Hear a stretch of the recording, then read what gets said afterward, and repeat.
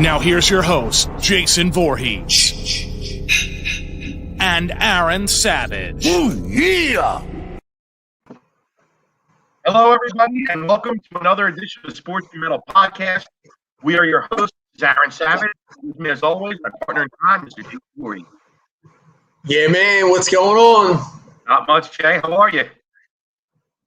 Doing great. Good. A lot to talk about this week. We'd be remiss. I know it's old news now, but it's new for our show. We haven't had a chance to bring it up on here yet, but congrats to Phil Mickelson for winning the PGA Championship this past Sunday at the age of 50, becoming the oldest player ever to do that. So big props to Phil Mickelson. Got a lot going on in world sports. NBA playoffs are in full force. NHL playoffs. The Knicks just had their first playoff win in over a decade. Your Sixers are in there looking good. We got that going on. But I think we're going to go right away. And how could we not? The big news in the metal world, Dave Ellefson. Jay, what's going on? Oh, man. Obviously, I'm wearing the shirt. I mean, I don't know where to start. Like, I'm very upset. Obviously Megadeth, as everybody pretty much knows, is my favorite band. To lose David Ellefson is, basically, to me, I mean, a founding member of Megadeth. I mean, if you didn't have Dave Ellefson, you wouldn't have Megadeth just as much if you didn't have Dave Mustaine. I mean, they were kind of basically brothers in arms, so to speak. I guess first and foremost, let me start out by saying I don't agree with the move. I really believe that it was, kind of short-sighted on Dave Mustaine's part. But before I get into where I actually stand on the situation, let me start by saying what I really believe this is about.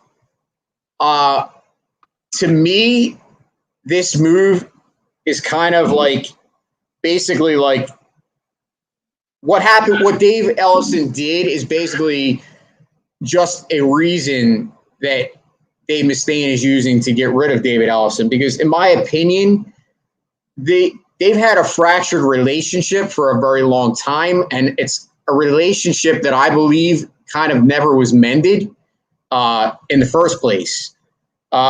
What I mean by that is let's kind of do a little bit of, brief history of what happened in the past between these two guys. So in 2002, the band actually had to disband due to Dave Mustaine's hand injury. He sustained a major injury. The doctor said that he probably, would never play guitar again. So the band broke up. At this point, in 2004, 2 years later, he was able to play again. So he kind of started reaching out to past members, including David Ellefson, to rejoin the band. But at that point in time, David Ellefson basically said, thanks, but no thanks. He wasn't coming back. I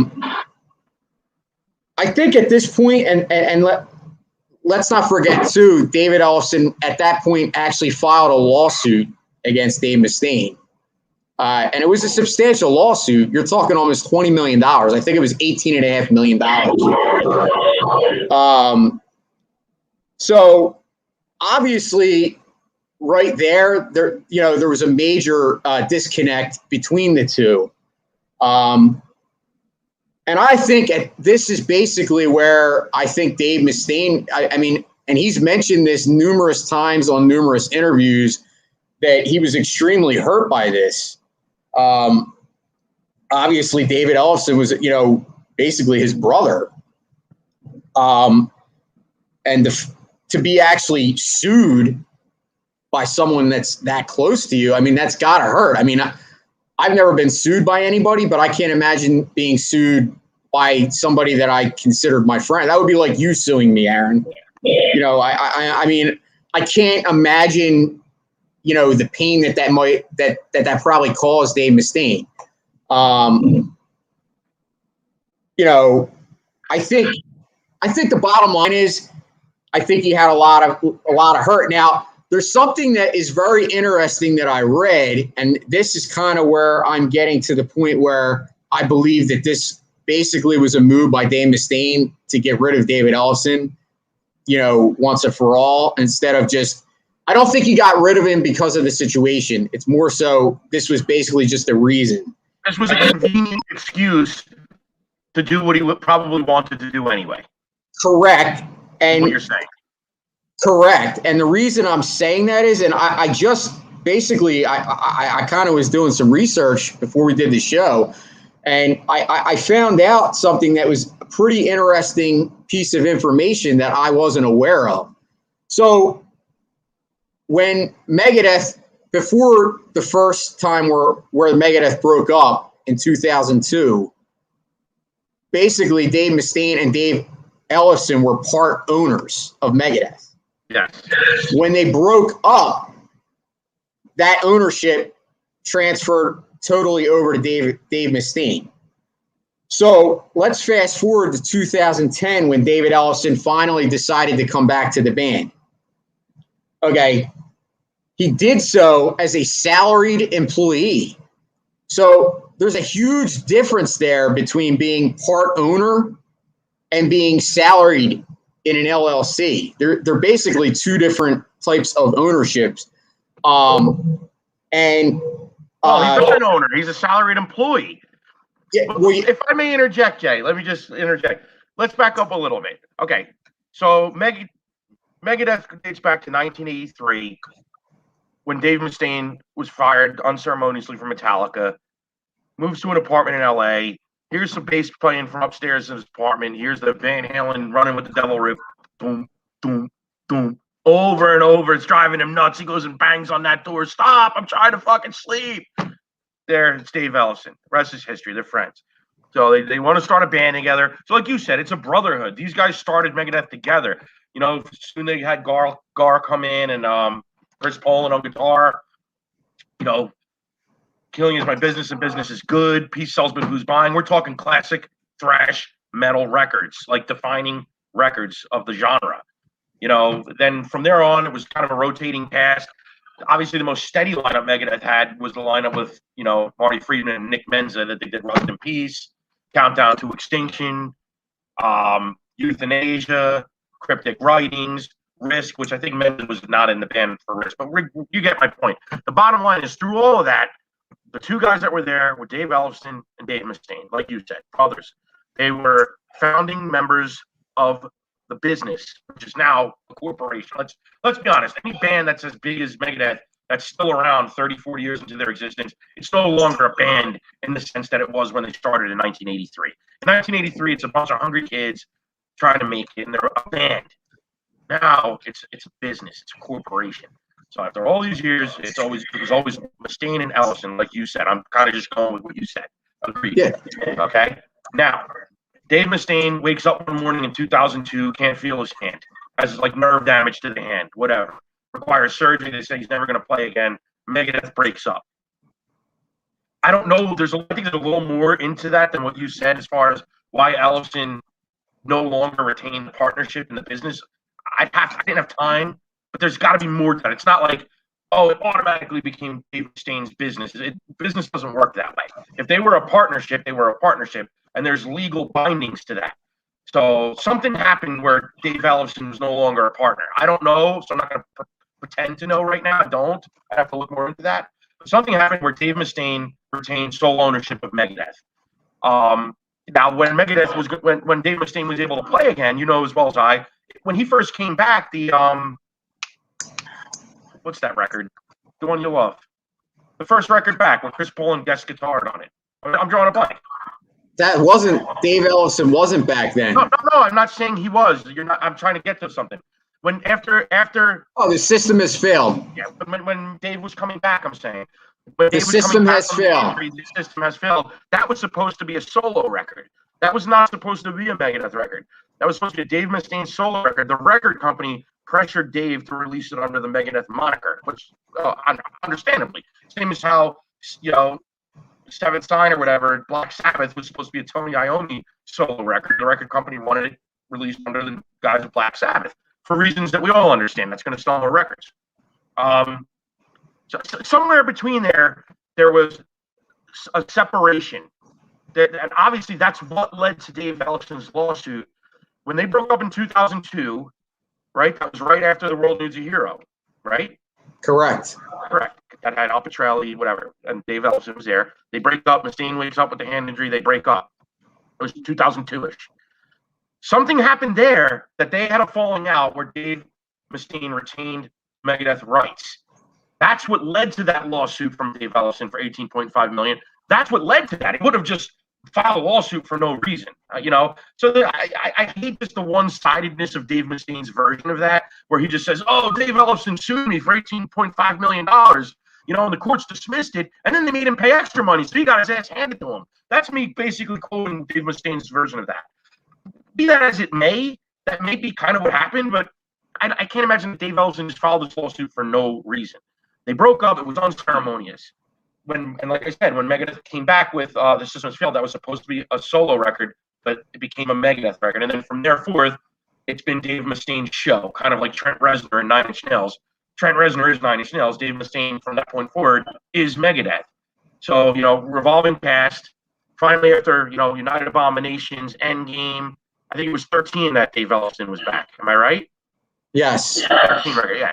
So 13, but like you said, now Dave Ellison's a salaried employee. So I think we both agree. I think it's shocking enough that Dave Ellison made it back to the band after what went down.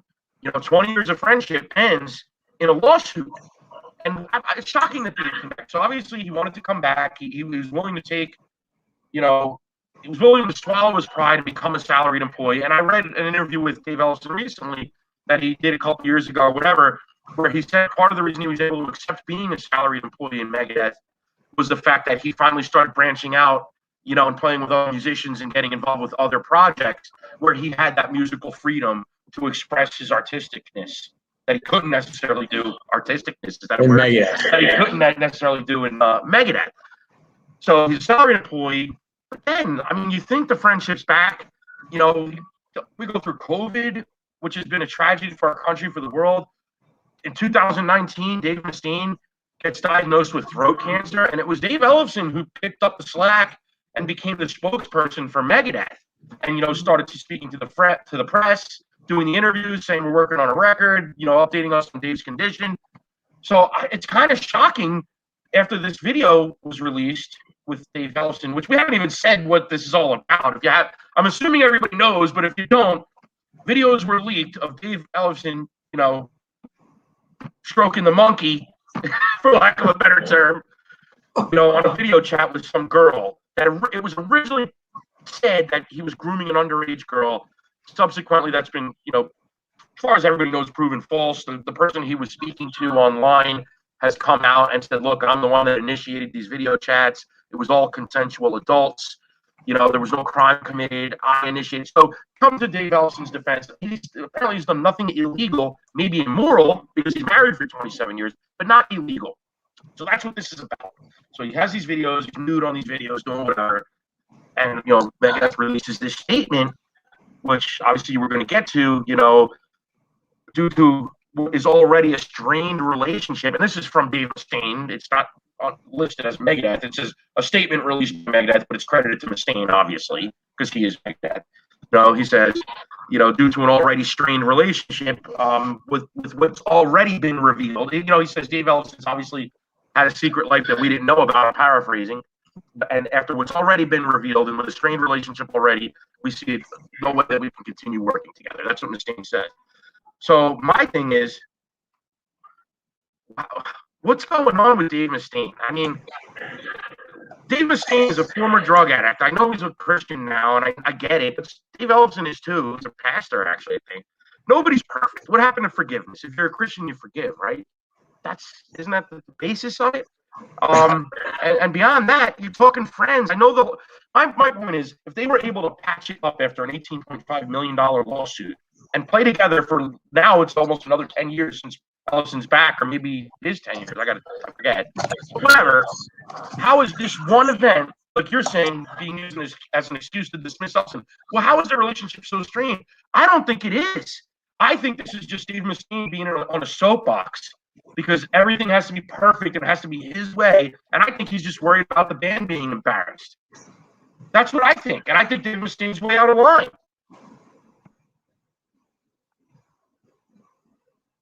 What do you say?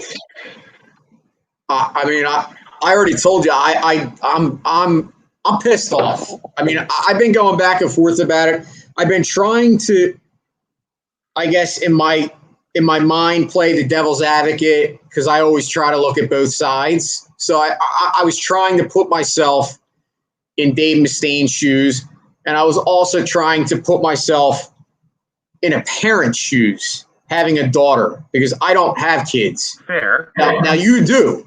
Yep. And I guess what I was thinking to myself was, okay, yes, whether the girl was underage or not, obviously we both agree if the girl was found to be 17, it would be. That's a whole different conversation.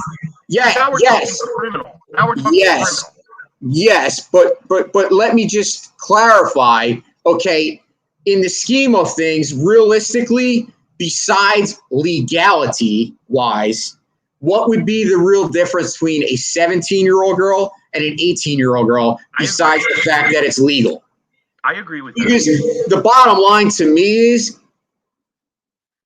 David Ellison is in his 50s. I agree. Okay, so now while I've seen stories of 50 and 60-year-old men with women that are that young, Mick Jagger. I don't necessarily think that it's, the token thing to let's not say that it's really a token for the guys that do it. Maybe you're getting the wrong word, but yeah, I know what you mean. Well, I'm using the wrong word, but the bottom line is, okay, I'm trying to look at it from both sides.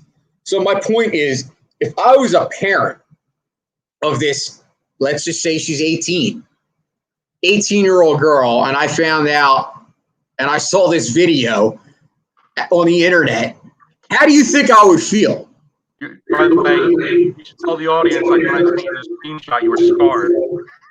I got Aaron sending me screenshots, and I'm scarred for life. I mean, I got a screenshot of David Ellison with his man boobs stroking you. I mean, come on. I didn't need to see that after I already heard the story. Listen, in all seriousness, I agree with you in principle, 100%. But here's the thing. Do you know something I don't know? Have they said that this girl was 18? I haven't heard what her age is. All I've heard is that the girl came and said, I'm a consenting adult. Didn't sound like an 18-year-old. Sounded like a mature adult. Maybe she's in her 20s. I mean, I'd probably say that that's probably the thing. Listen. Look, I'm not saying whether I condone it. We're getting into a whole other thing here because neither one of us are mentioning the fact he's married. Right, that's the biggest thing. He's married. He's cheating on his wife. So it's immoral. It's wrong what he's doing. But here's all I'm saying. What does it have to do with his work? What does it have to do with him playing in Megadeth? I'm not condoning anything. But I think we've gone too far in our culture where everything that you do at home doesn't have everything to do with work. If it's going to get to the point where nobody's going to have a job because every single one that's throwing stones from glass houses, which is basically everybody, we all have skeletons in our closet. Everybody. There's not one person that doesn't in the world. No matter whether it's tiny or big, everybody's got something. Even when we grew up, we said inappropriate things, Jay. We all did. But now even just saying an inappropriate thing will cost you your career, will cost you your life. I think it's gone too far. And I think Dave Mustaine is like the poster boy for that right now. You hit it on the head. Like I said, we could sit here and debate this for 24 hours. We could debate it all week. We're both in agreement. I don't agree with the decision. The only thing I'm saying is I understand in my opinion, I think there's more to it. And I know that you're saying that you just think it's a Dave Mustaine trying to he doesn't want Megadeth to be raked under the coals because of the backlash for keeping David Ellison. I think that is part of it. But I think my point is I don't think these guys get along as much as I don't think that they are really that close anymore. You're right. I agree. Honestly, I think that if you wanted to describe Dave Mustaine and David Ellefson, I mean, people have even said this in interviews as far as them being kind of in their relationship.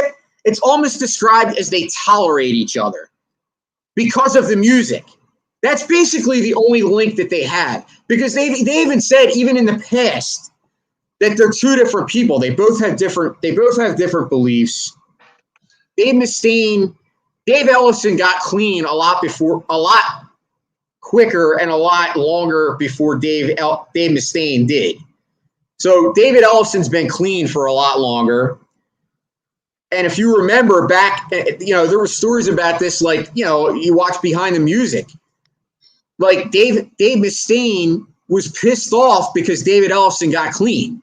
And it was like he said he was his running partner. Like, yeah, but now you're going back so long. I mean, that's like things that we would have said when we were 25 are not going to be the same things that we say when we're 25.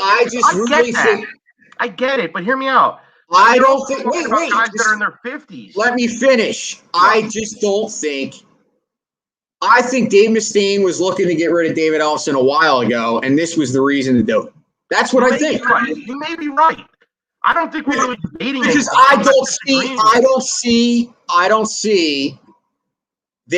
see Dave Mustaine getting rid of David Ellefson for this situation, just for that situation. Because I don't think we agree it was a moral I don't issue. agree with you. I do. We're not debating anything because I think you're probably right. I just think there's more to it.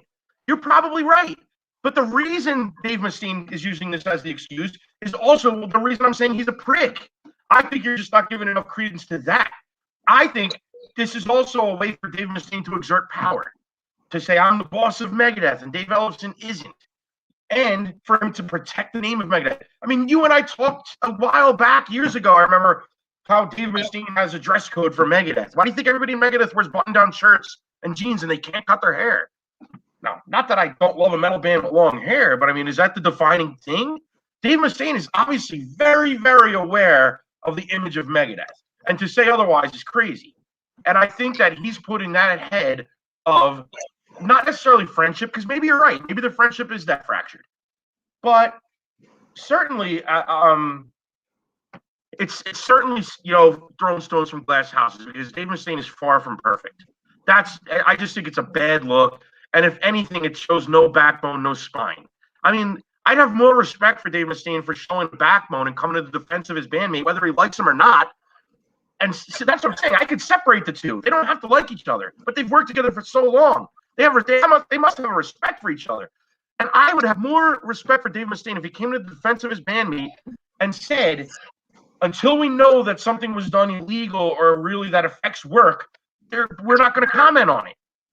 Because at the end of the day, if Megadeth is Megadeth and they're firing on all cylinders and he didn't do any, the bottom line is this is an issue between Dave Ellefson and his wife. If his wife wants to kick him out, she has every right to do that. If she wants to file for divorce and take him to the cleaners, she has every right to do that. But what does it have to do with Dave Mustaine?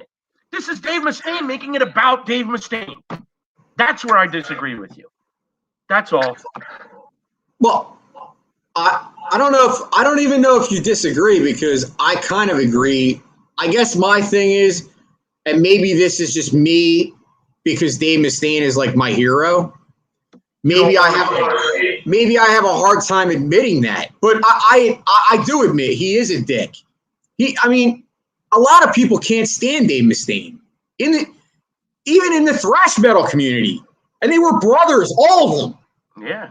A lot of people don't like Dave Mustaine, and most of the people say that it's not that he's a bad person. Like, he's not a bad person.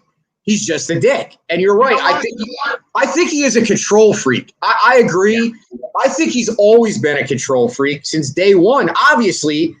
And I think a lot of that has to do with, I think he still, to this day, never got over the Metallica thing. He could say that he did because he made it without Metallica. But at the end of the day, dude, think about it. Think about I think a lot of that is what drives him to be so good at what he does. The fact that Metallica got rid of him. I agree. I think, basic, dude, I've heard interviews where, and I'm sorry, I can't ever agree with the people that side and say that Kirk Hammett is a better guitarist than Dave Mustaine. In my heart of hearts and my humble opinion, disagree with that. Not to say that Kirk Hammett is not a good guitarist, but Dave Mustaine, literally, I don't know if there'd be Metallica without Dave Mustaine. I agree. He basically invented a genre, but let me just hit on what you said. A lot of people say that. But let me hit on what you said. I agree with you. I think the fact that he got fired from Metallica has a lot to do with why he's such a control freak, because he didn't have that control necessarily in Metallica, and they kicked him out. So now he has his baby, and it's his baby. I get it. But we're also talking about guys that are approaching 60. They're not 25 years old. Dave Mustaine had throat cancer. Life is short. Look what just happened with Sammy Hagar, David Lee Roth, and Eddie Van Halen. None of these guys can ever get it together. I mean, obviously Dave in the recent years, but how sad is it that Sammy Hagar, only when Eddie Van Halen was on his deathbed, finally talked to Eddie, and we never got to see them play together again. I mean, but that's the type of shit I'm talking about. Like, life's too short. You don't need to be a control freak when you're 55. You've already established your legacy. You guys are brothers. Whether you think it or not, the fans think it. Fucking play music. That's it. Defend your brothers. Defend your brotherhood. And have a spine. Have a backbone. And you know what? Like you said, the reason he's like this is because of the firing of Metallica. But let's also be honest. There's more to Dave Mustaine than just the control freak. He's definitely a bully, dude. He was a bully before Megadeth. I mean, I've heard the tales of him, beating up Ron McGovney when Ron McGovney was playing bass in Metallica, pre-Cliff Burton. I've heard that, obviously, we had Phil Sandoval on the show a few weeks back. Let's be honest. I mean, come on. We know the type, the guy that has to get rough when everybody's rough. When we used to hang out in our friend Frank's basement, and everybody would rough house. I remember Chunk was the one that always got rough. He'd always get pissed off and want to knock you out. Remember his famous line, "I'll cap you in the jaw." That's Dave Mustaine for all intents and purposes. He's the guy that can't take a joke. He's the guy that if you hit him a little too hard, he loses his temper. That's Dave Mustaine. It's always been Dave Mustaine. So he's a dick. He's a bull. And I think this is not just being a control freak, but it's also kind of being a bully to me. Well, it's insecure. And I think, and you know what? You touched on something, and I don't think you touched hard enough earlier, and I'm going to kind of rehash it. I think another thing, and I know we're going long on this, but hey, this is my favorite band, and it's great conversation, so I don't care. We're going to talk about it as long as we have to. But you hit on the fact that David Ellefson this time around mentioned in quite a few interviews that he's been the reason that he's actually happy, even though he's not part owner of Megadeth, is that he's been able to go on other solo projects and do so many things where he's having fun. Obviously, we just heard his solo album, Ellefson, and talk about a phenomenal fucking record. I mean, I love that record. And that just showed the side of Dave Ellefson that a lot of people don't know. He's a great musician. He's not just a great bassist. He's a great musician. Agreed. Okay, I think that I think there's a little bit of jealousy from Dave Mustaine as well. I think Dave Mustaine is jealous. You might be onto something. David Ellefson is actually having success without him. I think you might be onto something. How about that, dude? I just think I hit a nugget. I think you did. There's a good chance that that's true. I'm not even kidding. I think that Dave Mustaine, because let's face it, David Ellefson's record did very well. Yeah. And not even just from a sales perspective, from a critical perspective. Everybody has loved the record. Dude, everybody, not just metal. We're talking like that record got acclaim from rock music, we get it. Everybody loves it. The bottom line is, and you're at a loss for words. I am, because I think that Dave Mustaine never really did have a successful solo career. And remember, you said that album was supposed to be a solo album, which it was. The System Has Failed, and then obviously the label wanted him to do it as Megadeth. But he did do another solo project that was like MD45. But to me, it was just never – I didn't really – I mean, it was okay. There's some tracks on that album that I like. But my point is I really do think there's some jealousy here. And I think that you hit it on the head, and I think that might be something to do with it too. Dave Mustaine's jealous that David Ellefson was able to go out on his own and actually be successful. Because, like I said, a lot of this goes back to, I think Dave Mustaine's, I think the biggest thing overall out of all of it is that Dave Mustaine is insecure. And I think that that's why he has all these bad qualities. I think that because people that are control freaks are generally insecure. Because the reason they want control is because they don't feel comfortable in their own skin. So it's kind of like you said, a bully mentality. Well, I'll be a bully. That way I can't get hurt. I agree. 100%. And I think, this is also maybe, like you said, I don't agree. Let's face it, dude. Megadeth is not the same without David Ellefson. They're not. I agree. I mean, no matter how much I've always loved Megadeth, regardless of the lineups, obviously my heart will always lie with that classic lineup, the lineup that, did the best of their work.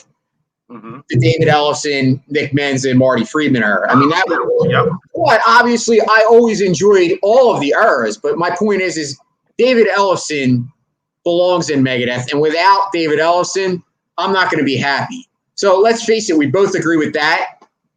I don't know. It sucks, man. I mean, that's pretty much it, man. I mean, why don't we get into the sports a little bit? Big news this week. So Shannon Sharp calls up Julio Jones on the Undisputed Show on ESPN.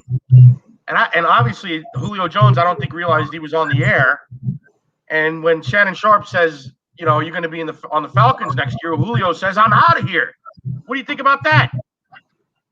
I mean, I've heard a lot of different takes on it. Obviously, journalistic wise, I don't think it was I think it was a dick move by Stephen A. I mean, to kind of do that, because if reports are true that Julio didn't know about it, because that apparently he didn't, that's kind of messed up. Yeah, I agree. I mean, at the end of the day, I'm sure behind the scenes, if Julio wants out, he's going to get out regardless of this interview or not. But to kind of be put on the spot like that and thinking that, he's probably just, talking to me, and then he says I'm out. He's on the air. It's kind of embarrassing, to be honest. I mean, how do you think the fans feel? I mean, that's a real shot at the fans. That love Julio Jones and support him. Oh, yeah, the fans got to be crushed because obviously, Julio Jones to me, obviously his career, he's only 32. He still has quite a few years. Wide receivers last pretty long. Their shelf life. I could see him having a good amount of years left. So, but if you look at his career, what he's done so far, up until this point, some of the numbers that just pure numbers wise, were out of this world. You're talking like if he continued on the same trend that he is, he'd have all-time great numbers by the time he retires. We're talking like top 5 numbers, like Jerry Rice, Terrell Owens, Randy Moss type numbers. But Falcons haven't won a Super Bowl. So I think there's something to be said, the fact that he did say he wants to go to a winner. I think a lot of players are going to start to take the lead of Tom Brady. Now, obviously, Tom Brady won 6 Super Bowls with the Patriots. But, I think what Tom Brady proved going to another team and winning right away is that he didn't need the Patriots to win a Super Bowl. And I think a lot of players that are loyal kind of can look at that story and say, well, what does loyalty get you? If I'm not winning, I think the bottom line is if you want to win, you got to look at it that way and say, okay, where is the best chance I have to win? Because if I was on, let's face it, man. If I'm on a team and I'm a great player, and I'm 10 years into my career. I think he's been in the league 10 years, and he doesn't have a thereabouts. Yeah. I mean, don't you think sooner or later you're going to say, dude, what am I missing? I'm missing a ring. Like, if I'm not going to win it here, where am I going to win one? That's where I want to go. I agree. But there's also the part of me that says play out your contract. You signed it. You know what I mean? And you know what? At the end of the day, I think, there's too much of that. But I also become the way now. I mean, it's basically become the inmates running the asylum. I mean, contracts mean nothing anymore. I mean, dude, you just hit it on the head. I strong arm any team. If you're a talented player, you could strong arm any team. And that's not right. I think it's like the new archetype of the NFL. Like, You're right. I mean, Deshaun Watson, even before that story came out, he wanted out. You have to ask yourself a question. When guys can just threaten to sit out, voluntary or even mandatory mini camps, and they can not report to training camp, and they can hold out, what powers do coaches have anymore? I mean, I know you think a coach, you got Bill Belichick. That's not. I mean, there's exceptions to the rule, but when you're letting players get away with so much, what does a coach have? What power does he have? It's a fair point to bring up. It's a great point. I don't know, man. I don't know anymore what power they have. Because players do whatever they want. They can in any sport. Well, no, think about it. Like, imagine if you did that at your job. I want a raise. I'm holding out. Holding out? No, you're fucking fired. Now you're thrown out. You know what I mean? Think about it. I mean, sports is like. I mean, I get it. Now I'm sounding like the get off my lawn guy. I get it. They're entertainers.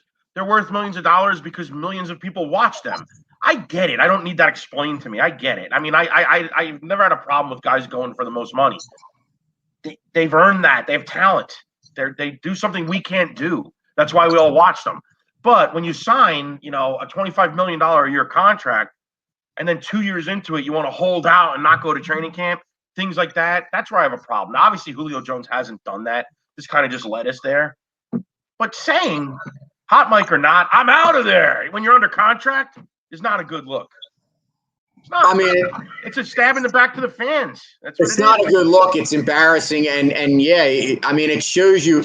But like I said, you got to look at it from his perspective. You don't know behind the scenes, how he's treated. Like, they maybe it's pretty good if he's making more money than we'll make in the next 15 lifetimes. But quick question. What is Julio Jones's contract status? Do you know? Well, I believe I thought if I looked, I could look it up. But I thought it was like $11 million. No, but I mean, how much does he have left on his deal? 3 years. Hold on. Oh, yeah. The 4-year, $68 million contract he signed in 2019 as a franchise player has 2 years remaining. $10 million of 2021 cap room can be gained by converting $12.5 million of Jared's $13.5 million 2021 base salary into signing. Yeah. So he's under contract. I guess we'll see what happens, I mean, Julio Jones, to me, like I said, he's never been like one of those prima donna type wide receiver. I think he just he plays the game. Like, I've never really. You just reminded me of something. Sorry to cut you off, but you know what upsets me? I felt, and obviously I was ignorant, but I felt that way about Antonio Brown before all the shit started. I used to love Antonio Brown. He just seemed like a guy who consistently went out with the Steelers, racked up 80, 90, 100 catches, 1,500 yards, and just was like money in the bank. And I felt like you never heard anything negative about him. Now, maybe you did, and I just missed it, and I forgot about it.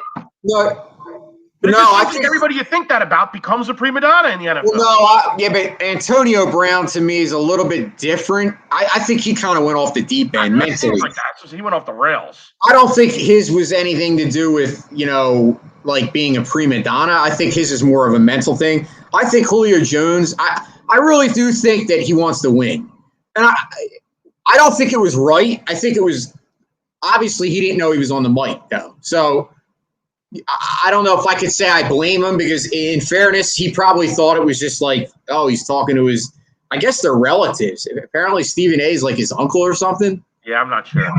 But, you know, but it's not just Julio Jones. I mean, you're looking at a lot of players, like the Aaron Rodgers situation. We've talked about that numerous times. I mean, I think Aaron Rodgers is being a dick. Like, I think he has a legitimate shot at winning a Super Bowl in Green Bay. So I don't necessarily think that Aaron Rodgers thing is because he wants to win. Because honestly, if he goes to Denver, I think he has a better shot at winning a Super Bowl with Green Bay than he does with Denver. I think Aaron Rodgers' feelings are just hurt because they didn't tell him they were going to draft. Yeah, he's just butthurt. Yeah.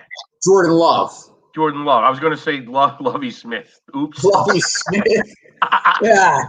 Did you see today's paper? The paper. Now I'm really to get off my lawn, guy. I said the paper. Dude. Today, Alex Smith came to Aaron Rodgers' defense. I did. I saw that article. I don't know, man. Like I said, I think you did. I think you're right. I do think that these players today are like, it's become like the new norm, though. It's not just the NFL. It's in any sport. I think they've come to the realization that they own, like, they have all the cards. Yeah, you're right. They have the power. At the end of the day, even though the owners pay the salaries, the owners also have to conform to what the fans want. And I think at the end of the day, if the team doesn't make the right decision with a player, they could get a lot of, blowback from the fans. Now, we don't see a lot of times where, a fan base can actually make a difference, but sometimes I think they could if they tried. If they actually stayed out of the seats, they might make a difference. But I think the problem is there's too many fanboys and too many people that are like, oh, the organization can do no wrong no matter what. Yep. I mean, because let's face it, dude, there's two sides to every story because I think owners are just as greedy. I mean, I hear a lot of times the players get bashed, but players also get hurt and then get cut. So there's no loyalty by the teams either. I agree. So you got to look at both sides. I mean, we mentioned this back, at the beginning of the pandemic. Remember when baseball was going through that? They were fighting over whether they were going to play, and they were all bitching. Yeah, we went through it ad nauseum. Yeah, a bunch of babies. Like, it's like, dude, both of you get your heads out of your asses and play. Like, all the fans wanted was to see baseball. Remember, you said when 9/11 happened. Remember you talked about the Mets and how they played that game and how it brought the country back together. Yeah, and with the pandemic, it was the total opposite. And that's what we wanted. And in baseball, all they could do was they didn't want to, this one didn't want to play 46 games, and this one want to play 100. It's ridiculous. Yep. Anyway, we hit on the get off my lawn guy, which I've been a couple times tonight. So let's get into that a little bit, dude. We talked about it throughout the week. Again, it's not like a current story, although it does have a current aspect today I'll get into. But, Jay, what are your thoughts on the Tony Larussa situation? Obviously, his star player hits a home run in a blowout game off of a position player against the Twins. The Twins were getting blown out, so they put a position player in to pitch, which, teams have done throughout the annals of the game in a blowout because they don't want to waste a pitcher. So, what's his face on the White Sox? Oh, why am I drawing a blank? Oh, Yermin Mercedes hits a home run off the position player in the blowout game. The White Sox are blowing the Twins out already. So that's why the Twins are throwing a position player. Yermin Mercedes hits a bomb off him. And the Twins take offense, and then they throw at him. And Tony Larussa not only doesn't come to his player's defense in the media, but actually says he agrees with what the Twins did. And then all the players throughout Major League Baseball and in other sports are just ripping LaRussa apart for not defending his player and saying that he shouldn't be managing the White. LeBron, I think, even came out and said he shouldn't be. LeBron, why is LeBron involved in everything? But anyway, everybody's coming out saying Tony LaRussa shouldn't be managing the White Sox. It's pathetic. No, it was CC Sabathia. I stand corrected. It wasn't LeBron. CC Sabathia. So sorry. CC Sabathia comes out, says there's no way that guy should be managing that team. It's a joke. He's old school. He doesn't understand the game, blah, blah, blah. And, besides, before we get into our opinions of it, you know what I found ironic about it? I find ironic about it is Tony Larussa, when we were growing up, was like the definition of cutting edge, futuristic manager. Dude, Tony Larussa is the guy that took an aging, meddling, mediocre starting pitcher named Dennis Eckersley and turned him into what basically is the first modern closer, as we know closers today, guys that pitch 2/3 of an inning, 1 inning, and get a save. Converts Dennis Eckersley into that, and then Dennis Eckersley has a Hall of Fame career in the second half of his career as a closer. Tony Larussa basically invented the position of closer. Guys got saves part of that, but I don't remember anybody being called a closer. You know, guys like Goose Gossage, they would throw 2-3 innings and get a save, but I don't remember the term closer until Dennis Eckersley. Bottom line is, Tony LaRussa invented that. Tony LaRussa was the first guy that like consistently would bat his pitcher eighth, like trying to think he's smarter than everybody else. I just find it funny that this guy that basically was the modern day manager, the futuristic guy, now is like the get off my lawn guy. The game's passed him by. You know, what do you think? I mean, I kind of agree with your assessment, even though I don't agree with the popular opinion. I agree with your assessment. Well, I agree with your assessment that it's ironic that Tony LaRussa was a cutting edge manager and that he created a lot of nuances of the modern day game. But what I don't agree with, and here's where maybe we differ because I don't know your actual opinion on it, but I don't agree that. I don't believe that just because he's a cutting edge manager and because he created a lot of these nuances, I don't agree. I don't believe that he should, what's the word I'm looking for? So I'm trying to find the word.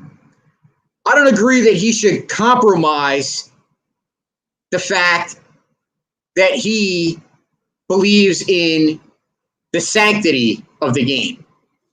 There we go. What do you mean? You lost me. Okay, because the fact of the matter is, the reason why he's getting criticized is because he believes in the unwritten rules of the game. Yeah. Unwritten rules meaning like, the rules that aren't written in we get it. Yeah. Baseball, dictionary, but that the game goes by. Okay, so I don't believe that he's going to change how he feels about being a baseball purist, if that makes sense. I'm not really following you, but what I think you're saying is that just because he's a cutting edge manager of the time he played doesn't mean he wasn't also old school based on today's game. That's what I think. Hello, he is obviously. You're not making he's sense. Okay, he's old school because he believes in the sanctity of the game, meaning he believes in the unwritten rules. So you're saying as much as he was cutting edge, he's also old school. Yeah, and I don't expect him to compromise that because he wants to fit in with what the new the players today feel. No, that's what I'm saying. I mean, if the guy did that, I don't agree. I think Yerman Mercedes was in the wrong, and I think he should have been, That's the problem I have. Like, it's like the pussification of baseball. It's like, dude, you hit a home run in a blowout game off of a position player. Now, a lot of guys are saying, oh, well, you know what? Stats matter, blah, blah. Bro, I'm not even saying I care that he hit the home run. So you agree with me then?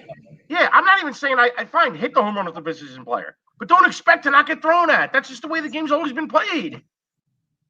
And I think for players to come out and rip Tony LaRussa is crazy. I'm not really getting into that. I was just more trying to be funny about it. I think that's just ironic. You know what I mean? No, it is ironic, but it pisses me off that a guy like CC Sabathia is saying he doesn't belong in the game. First of all, Tony LaRussa is a freaking legend. I mean, the guy, even look what he's doing with this White Sox team, even with this nonsense that's going on. Bullshit. And he's lost two of his best players. He lost Lewis Robert and what's his name? The guy that lost it week one. Remember, he lost it before he even got played. Okay, yeah, what's his name? He's like on Juan Soto's level. Yeah. I can't think of his name. He's like. Anyway, neither here nor there. But there's more irony to Tony LaRussa. Did you see what happened in the papers today? No, I didn't see it. But what happened? The White Sox, they renamed a lounge. They're calling it the. Oh, my phone's making noise. Sorry. They renamed the lounge in the. I was trying to look it up. They renamed the lounge in the stadium the Larussa Lounge, and it had been named after like a long-time vendor that did some great things in the White Sox stadium. I don't know, something like that, but they renamed it, and now the family of the people who it was named after are pissed that they weren't notified that they were going to rename it. And the irony is that even just in the past 13 months, Tony Larussa just was arrested for his like second or third DUI. And now they have his name up in a lounge where people drink. You can't make it up. Are you kidding me, dude? Oh, it's just funny. I just think the whole thing's funny. I just think it's funny. That's all. Well, I guess maybe they'll one day they'll make a documentary on it, on Tony LaRussa. 30 for 30, that's what it is. They probably already have one, but I said a documentary. I meant a 30 for 30 on Tony LaRussa. What would they call it? Think of a good name. I don't know. Anyway, why don't we get into a good name for this? The picks of the week, baby. It's time. The picks of the week are back. Let's do it. All right, who's going first? You, as always, brother. All right, bro. So anyway, obviously we spent the whole episode mostly talking about David Ellefson's unceremonious firing from Megadeth. So my pick of the week is going to be Dave Ellefson related. I know I've mentioned it. I'm pretty sure I've mentioned it on the show before, but my pick of the week is going to be Dave Ellefson's side project with Frank Bello from Anthrax, Altitudes and Attitude. They released an EP back in 2014. They released their full-length album, Get It Out, in 2019. And we were kind of talking before how David Ellefson has branched out since rejoining Megadeth and, like, you know, exploring his artistic side outside of Megadeth. And this is a great example of that.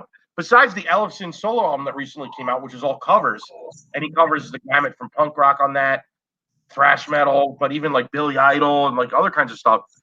Altitudes and Attitude is the same type of thing. It's Frank Bello and Dave Ellefson with some other musicians. I know Gus G put his guitar on one of the tracks. Frank Bello does the vocals. But, dude, it's basically like a hard rock album, bro. It's a hard rock record. It's not like a thrash metal or heavy metal record. My favorite song on the album is Booze and Cigarettes, which was written about Frank Bello's grandmother, who was on her deathbed, and she asked for her booze and cigarettes on her deathbed because, you know, why not give it to her? She's dying. So he's like, get your booze and cigarettes. But great record. Dave Ellefson and Frank Bello, Altitudes and Attitude. Definitely check it out. It's definitely something you wouldn't expect from David Ellefson. It's a total 360 for Megadeth. And same thing for Frank Bello, for that matter. It's nothing like Anthrax. So check it out. Altitudes and Attitude. Their full-length record from 2019 is called Get It Out. Check it out. Get it out, baby. That's it, baby. What's your pick of the week, Jay? I love that pick of the week. Well, since we're on the Megadeth theme and the David Ellefson situation, and speaking of the title of our show tonight, Train of Consequences, my pick of the week is actually going to be the Euthanasia album by Megadeth. Excellent record. It's a record that I don't often discuss when I'm talking about my favorite Megadeth records, but you know what? The more I think about it, this album is probably in my top 3. And the reason I say that, I think this album is very slept on. I know it got it did well in the mainstream. I mean, it was 6th on the Billboard charts, which is pretty good. I mean, I think Countdown to Extinction was their only higher one. I think Euthanasia is their second highest selling record, yeah. But to me, this album it's a phenomenal album. And then when you hear the backstory of the album, that to me shows why it's even more of a phenomenal album, because talk about dissension in the ranks. During this whole time that this album was recorded, the band, they hated each other. They weren't getting along. None of them. They were all strung out. They were all on drugs.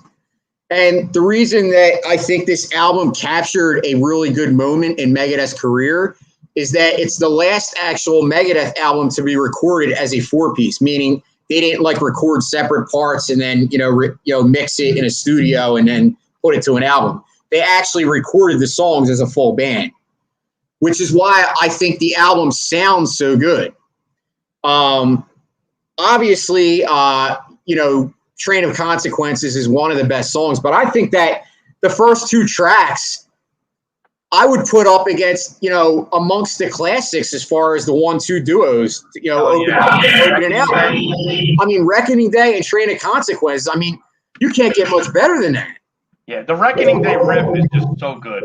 I mean, obviously Holy Wars and Hangar 18 probably is number one, but to me, I would say this one is right there. Maybe 1B. Maybe Skin in My Teeth and Symphony of Destruction, but I'm just saying it's right there, and I agree, dude. It's it's like I said, I don't talk about this album a lot, and I don't think this album gets talked about in the mainstream enough. I think it's a phenomenal album. Euthanasia came out in 1994. If you're not a Megadeth fan and you're getting into them, I highly suggest you listen to this album. I would say it's their most melodic. I'm sure you would agree with me, Aaron. I think it's probably the most melodic material that Mustaine's ever written. I mean, not a bad track on the album, and like I said, I love it. It's plug and play. I throw it in and I crank it to 10. So Euthanasia, that's my pick of the week by Megadeth. Check it out. Awesome pick. And on that note, we're going to end the episode. We thank you for joining us. This has been another episode of the Sports and Metal Podcast. And I should say, à tout le monde. Peace out. And that's our show. Tune in next time for more Sports and Metal with Jason Voorhees and Aaron Savage. Woo, yeah! Got something to say? Hit us up at sportsandmetal0423 at yahoo.com or on Twitter at sportsandmetal.